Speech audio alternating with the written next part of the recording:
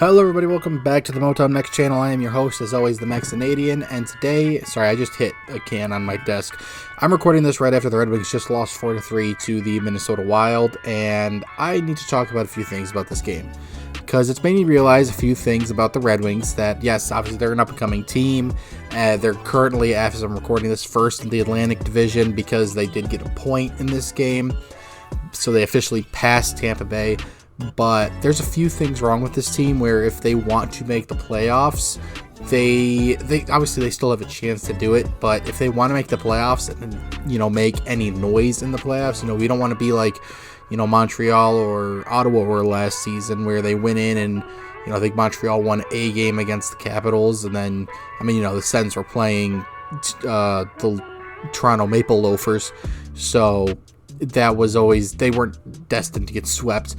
But, if you want to go in and actually make a team fear that they'll get eliminated in the first round and maybe pull off an upset, I should say, then there's a few changes that need to be made to this roster. And one of the first ones is one of the most obvious ones of the entire fucking season, and we've known this since the beginning of the season, and that is get Travis Hamonic off of this fucking team. He played this tonight because Simon Edvinsson was hurt. I guess Edvinsson took warm-ups, but it was deemed that, he couldn't really go. And it's probably for the best if Simon Edvinsson is, if you feel Simon Edvinsson is hurt to the point where he could probably play, but it's best not to let him play. It's best to err on the side of caution at this point in the season.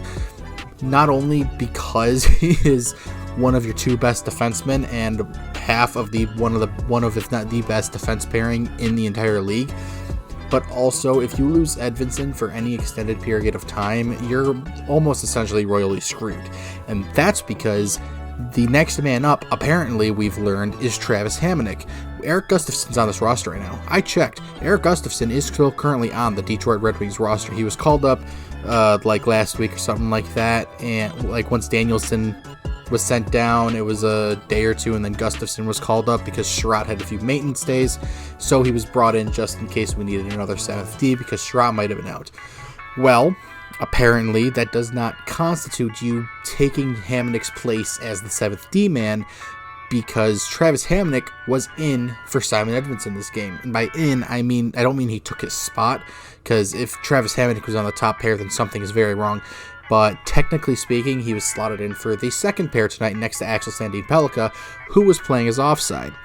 Now, the defense pairings never stuck to what it was announced originally. I'm pretty sure they just put those pairings together so that way they could put the roster out, because throughout the entire game, everyone was playing with everybody. Seider was playing with Bernard Docker, Johansson, Sherratt. Sherratt was playing with Sandin-Pellikka, Johansson, and Bernard Docker at times. Hamonic was playing with Johansson, Bernard Docker at times. I think he played with Axel Sandin-Pellikka like one or two times as well.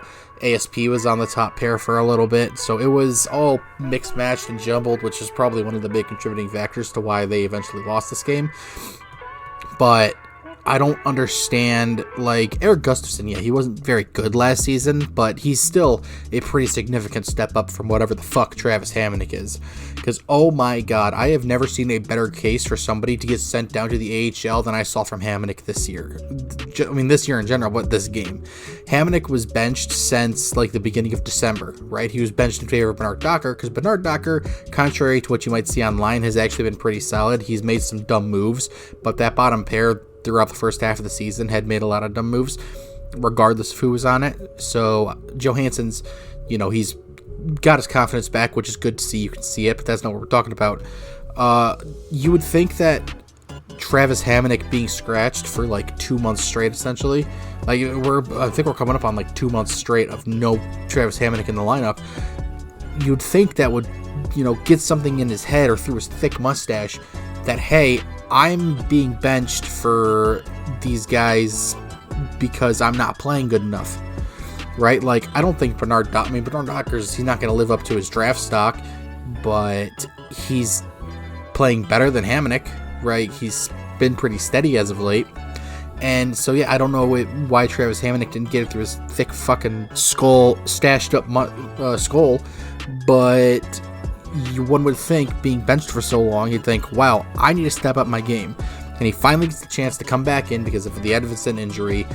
Whether it was a good decision or not, newsflash, it was not. He immediately takes a fucking penalty. Now, granted, it was one of the weakest hooking penalties I've ever seen. It wasn't, granted, it was still more of a hook than what they gave the penalty shot to Scott Lawton last night for, but that's besides the point.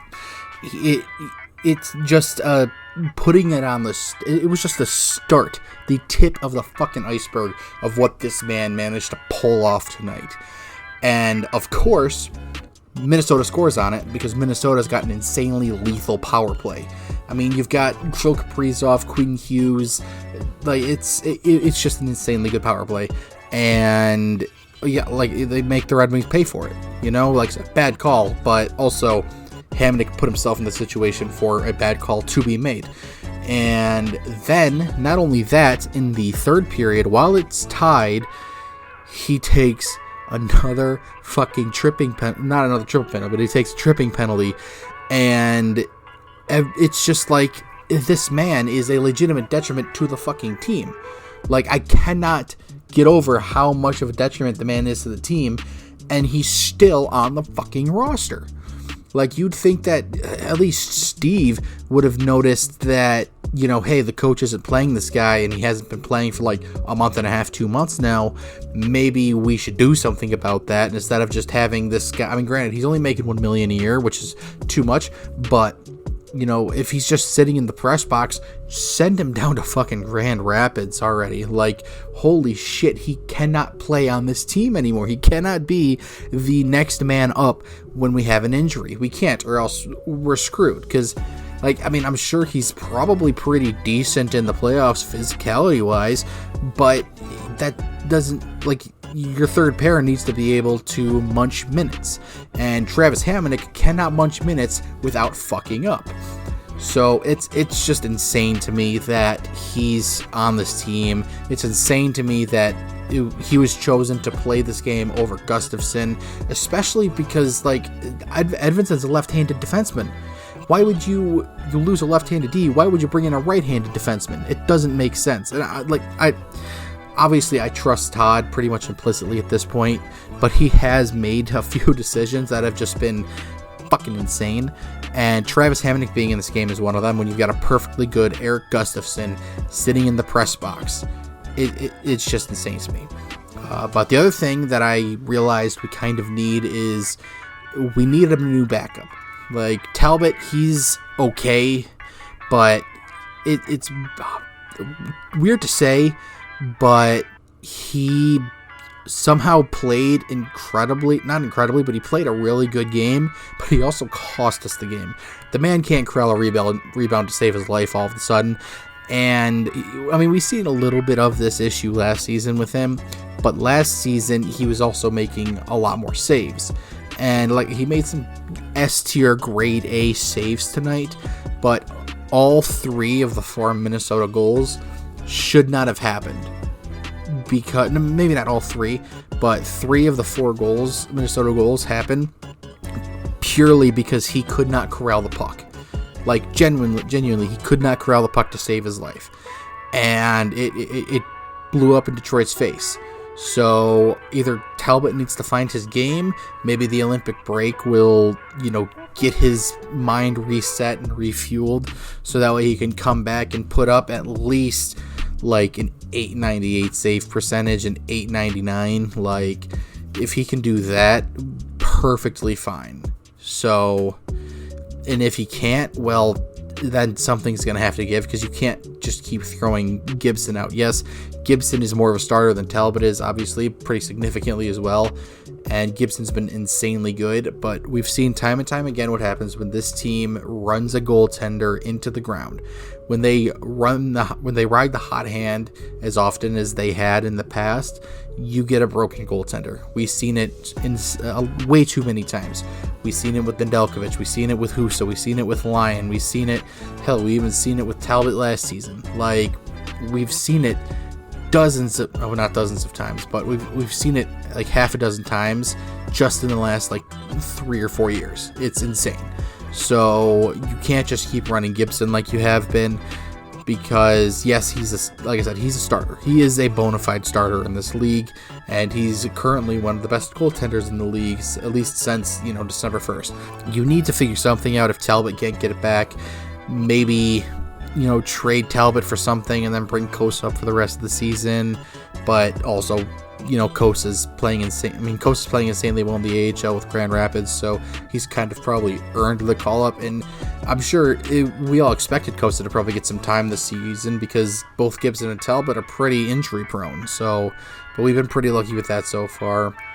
But yeah, you got to figure something out in net backup-wise, because you can't throw Talbot into the net and have that be a basic automatic loss. Because granted, we don't have very many back-to-backs anymore. This is our second to last back-to-back in the entire season, I believe. So thankfully we've got that going for us. But if every 2 or 3 games that you're playing because you're putting Gibson in is a loss, then sure, that'll probably still get you into the playoffs. But once you get into the playoffs, anything can happen. And if you have to play Talbot in the playoffs, you're not going very far, right? Because there is still that cloud over your head that says Gibson can get hurt at any fucking moment, and we have no idea. Like, there is a not a significant chance, but there is a greater than 0 chance that Gibson gets hurt at any point. So if Talbot can't step up and cover for Gibson when he needs a break, or if, God forbid, he gets hurt, then we got a problem here. So, but that's all I wanted to talk about today. Let me know what you guys think in the comments below, and that's about it. Adios.